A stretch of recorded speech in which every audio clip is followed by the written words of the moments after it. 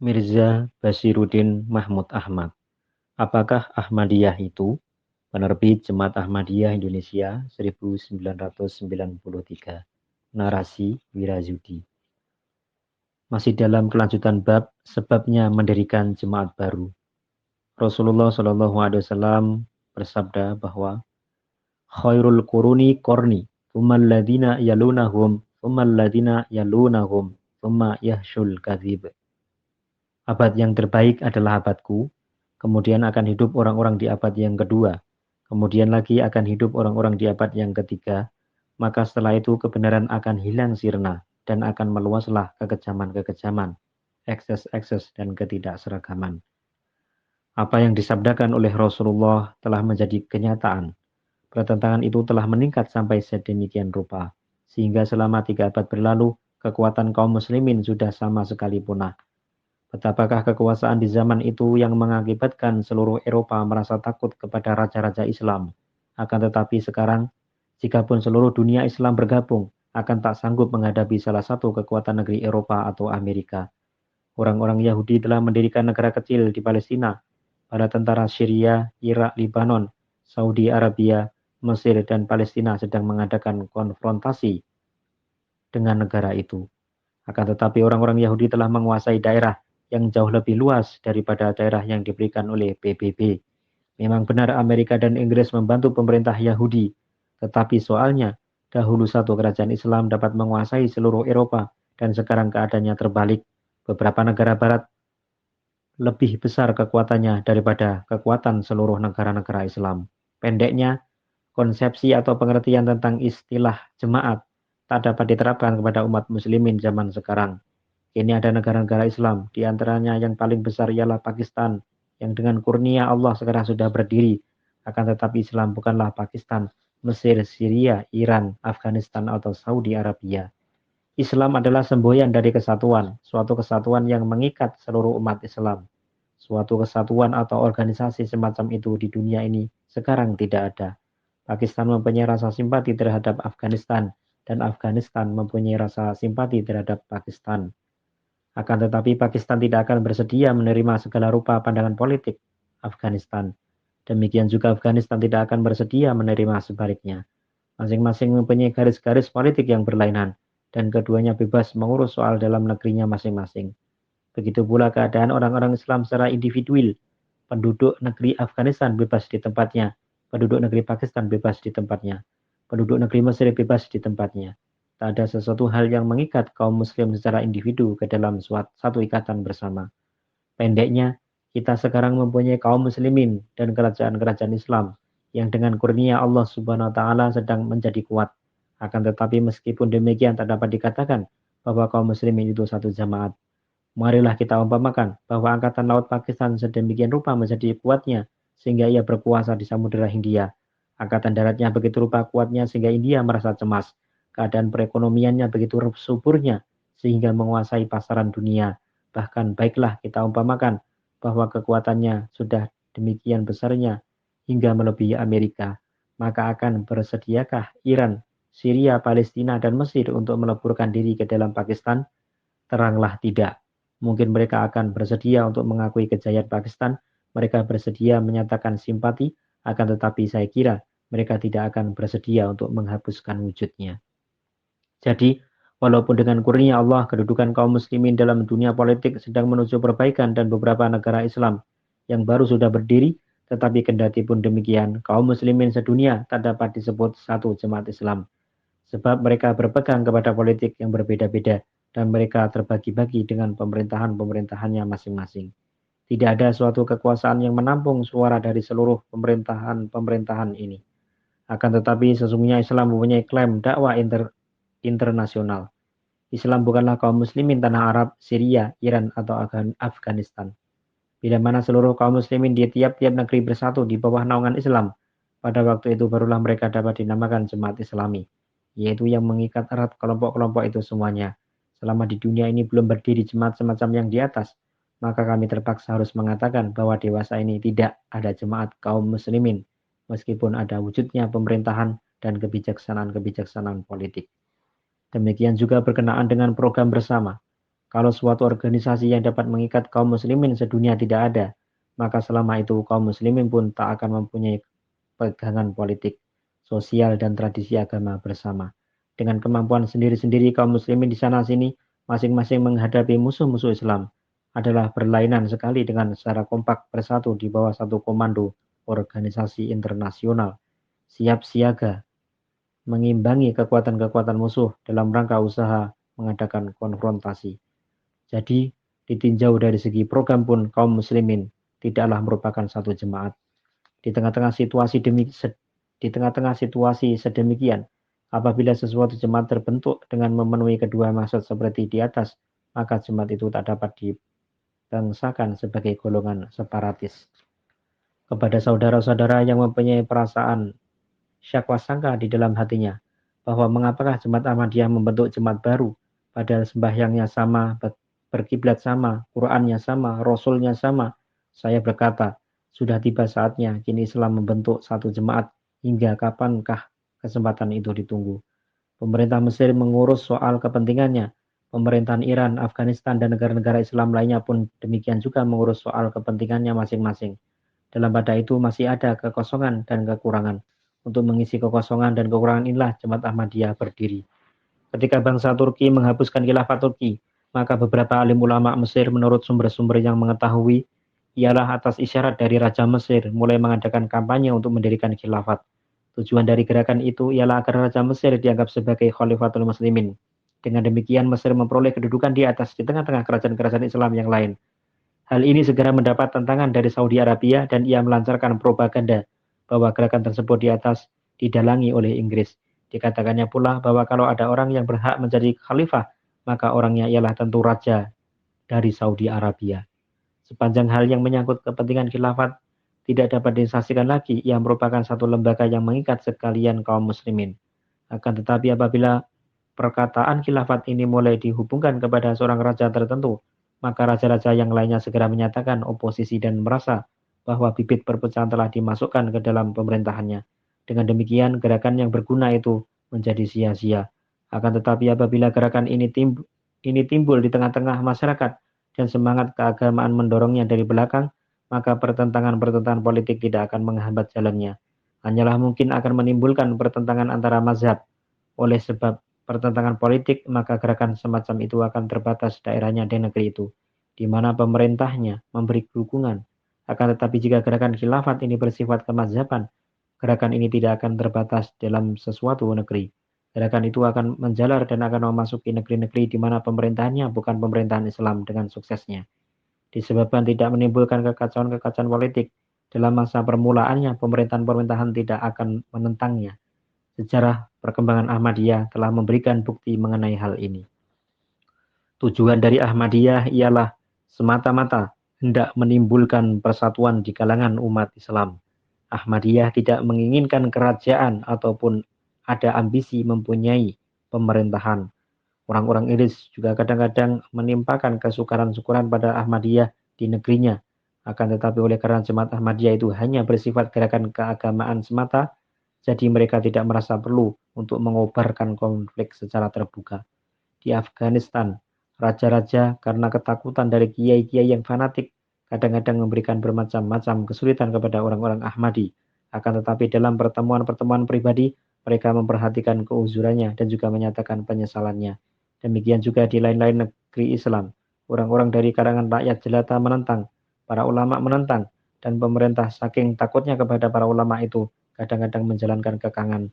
Namun tidak ada satu pemerintahan pun di dunia ini yang berpendapat bahwa Ahmadiyah bermaksud hendak melancarkan kop atau merebut kekuasaan. Ahmadiyah tidak mempunyai tujuan-tujuan politik. Ahmadiyah dilahirkan dengan tujuan hendak memperbaiki kehidupan agama daripada orang-orang Islam serta mengkonsolidir mereka sehingga mereka bersatu padu untuk dapat mengkonfrontir musuh-musuh Islam dengan senjata-senjata akhlak dan kerohanian. Berpedoman kepada cita-cita inilah mubalik Ahmadiyah pergi ke Amerika. Orang-orang Amerika memperlakukan mereka seperti halnya perlakuan orang-orang Amerika itu terhadap bangsa Asia. Akan tetapi sepanjang hal yang menyangkut urusan keagamaan mereka tidak menentang. Perlakuan Belanda di Indonesia dahulu juga seperti itu. Ketika mereka menyadari bahwa Ahmadiyah tidak bersangkut paut dengan urusan politik, walaupun dengan secara tidak terang-terangan mengadakan pengawasan yang keras. Mereka pikir tidak perlu untuk menentangnya secara terbuka. Sikap mereka ini benar. Kami melancarkan tabligh yang bertentangan dengan agama mereka. Oleh karena itu kami tidak mengharapkan simpati dari mereka. Akan tetapi oleh karena kami dalam urusan politik tidak secara langsung bertabrakan dengan mereka, maka tidak ada alasan bagi mereka untuk menentang kami secara langsung. Buahnya ialah sekarang Jemaat Ahmadiyah berdiri hampir di tiap-tiap negeri. Jemaat Ahmadiyah terdapat di Swiss, Jerman, Inggris, Amerika Serikat, Indonesia, Malaysia, Afrika Timur dan Selatan, Abisinia, Argentina. Pendek kata, di tiap-tiap negeri terdapat Ahmadiyah dalam jumlah yang besar atau kecil yang terdiri dari penduduk aslinya. Tidaklah benar bahwa yang masuk ke dalam Jemaat Ahmadiyah itu orang-orang Hindustan yang menetap di sana. Dan mereka sedemikian tulusnya, sehingga mereka bersedia mengorbankan hidupnya demi kepentingan Islam. Seorang letnan yang berkebangsaan Inggris telah mewakafkan, mendedikasikan dirinya dan kini sedang mengembangkan karirnya yang baru. Selaku mubalik di negeri Inggris, ia sudah mengerjakan sembahyang 5 waktu, menjauhi minuman keras. Dengan jalan berusaha dan mencari nafkah sendiri, ia menerbitkan brosur-brosur dan sebagainya, dan mengadakan pertemuan-pertemuan. Untuk menunjang penghidupannya, kami berikan nafkah kepadanya berupa uang dalam jumlah yang amat kecil. Seorang tukang sapu jalan di Inggris pun berpenghasilan lebih baik daripada jumlah itu. Demikian juga halnya seorang bangsa Jerman telah mewakafkan dirinya. Ia pun seorang bekas perwira militer. Dengan bersusah payah ia berhasil meloloskan diri dari negerinya. Baru-baru ini saya mendapat keterangan bahwa ia sedang mengusahakan visa guna kedatangannya ke Pakistan. Di dalam hati pemuda ini berkobar-kobar semangat untuk mengkhidmati Islam. Karena itulah ia bermaksud datang ke Pakistan untuk mempelajari Islam sedalam-dalamnya agar kemudian ia bisa bertabligh dengan negeri lain. Ada lagi seorang bangsa Jerman, seorang pengarang dan istrinya yang terpelajar menyatakan keinginan mereka untuk mewakafkan diri. Dan dalam waktu yang dekat ini mungkin akan mengambil kepastian untuk datang ke Pakistan guna memperdalam pelajaran agama Islam. Demikian juga seorang pemuda Belanda telah menyampaikan keinginannya untuk mewakafkan diri bagi Islam. Dan kita harapkan agar ia selekas mungkin diaktifkan untuk menyebarkan Islam ke salah satu negeri. Benar Jemaat Ahmadiyah ini sedikit jumlah orangnya, akan tetapi hendaknya diperhatikan bahwa dengan perantaraannya kini sedang dibangun satu jemaat Islami. Anggota-anggota yang sedikit atau banyak terdapat di tiap-tiap negeri itu diikut sertakan untuk sama-sama meletakkan dasar persatuan yang universal. Di dalam jemaat ini tergabung sedikit atau banyak orang penganut dari berbagai aliran politik. Gerakan semacam ini selamanya mulai dari kecil tetapi akan tiba saatnya bila ia memperoleh kekuatan dengan cepat. Dalam waktu yang tidak lama, ia akan berhasil dalam usahanya menanam bibit persatuan dan persemakmuran. Hal ini nyata bahwa untuk kekuatan politik diperlukan partai politik, dan untuk kekuatan agama dan akhlak diperlukan jemaat yang bercorak keagamaan dan akhlak. Atas dasar inilah, Jemaat Ahmadiyah mengisolir dirinya dari urusan politik, karena apabila ia mencampuri urusan ini, maka ia akan menjadi lalai dalam melaksanakan urusannya sendiri. Program Jemaat Ahmadiyah. Masalah yang kedua berhubungan dengan program atau rencana kerja. Mengenai hal ini pun Jemaat Ahmadiyah mempunyai satu program bersama, sedangkan tidak ada satu jemaat lain mempunyai serupa ini. Jemaat Ahmadiyah di tiap-tiap negeri melancarkan perlawanan yang sengit dengan segala kewaspadaannya terhadap serangan-serangan dari kaum Kristen. Dewasa ini bagian dunia yang terlemah dan dalam beberapa hal terkuat adalah benua Afrika. Kaum Kristen pada saat ini telah mengerahkan segenap kekuatannya untuk menanam pengaruhnya di Afrika. Dengan terang-terangan mereka sekarang menyatakan maksud dan tujuannya mulanya hanya terbatas di kalangan padri saja yang menaruh perhatian ke sana. Kemudian timbul minat pada partai konservatif party, kerajaan Inggris dan seorang partai buruh. Kerajaan Inggris dan sekarang Partai Buruh Labour Party-nya telah mengumumkan bahwa keselamatan Eropa sekarang tergantung pada kemajuan dan kedaulatan Afrika.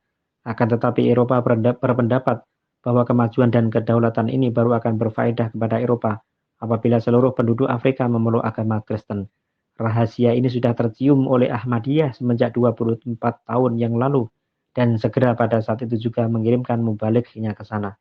Dengan tindakan yang cepat ini ribuan orang-orang yang tadinya memeluk agama Kristen telah keluar dari agama itu kemudian memeluk agama Islam.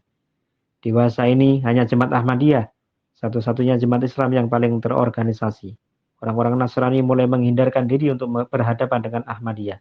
Di dalam karangan-karangan mereka, berturut-turut dinyatakan mereka hal ini, bahwa Jemaat Ahmadiyah telah menggagalkan usaha dan upaya-upaya padri-padri.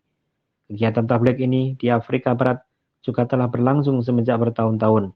Walaupun di wilayah itu kegiatan-kegiatan baru menginjak taraf permulaan, dan oleh sebab itu hasilnya tidak begitu gemilang, seperti halnya di Afrika Timur. Akan tetapi meskipun demikian, sudah mulai beberapa orang Kristen memeluk Islam. Mudah-mudahanlah di dalam beberapa tahun lagi di sini, juga para mubalik kami dapat menunjukkan hasil usaha yang amat gemilang. Di Indonesia dan Malaysia pun sudah sejak lama berdiri misi Ahmadiyah yang giat berusaha mengurungkan niat orang-orang yang hendak melarikan diri dari Islam, lalu mengumpulkan dan mempersatukan mereka untuk menghadapi lawan. Di antara negara-negara Kristen, Amerika Serikat terhitung yang terkuat. Di sana pun sejak 24 tahun yang lalu, Mubalik Ahmadiyah beroperasi dan ribuan penduduk Amerika telah menjadi Ahmadi. Mereka tiap-tiap tahun membelanjakan ribuan dolar untuk keperluan tabligh Islam. Jika dibandingkan dengan kekayaan yang melimpah ruah di Amerika, maka jumlah ini tidak seberapa artinya. Begitu pula jika dibandingkan dengan kegiatan patri-patri di sana, maka daya upaya mereka kerdil sekali. Tetapi pokoknya, perlawanan sudah kami mulai dan berangsur-angsur kemenangan ada di pihak kami. Buktinya, kami dapat memboyong orang-orang dari umat Nasrani itu dan masuk ke dalam lingkungan kami. Sebaliknya, tidak seorang pun dari orang-orang kami yang tertarik oleh mereka.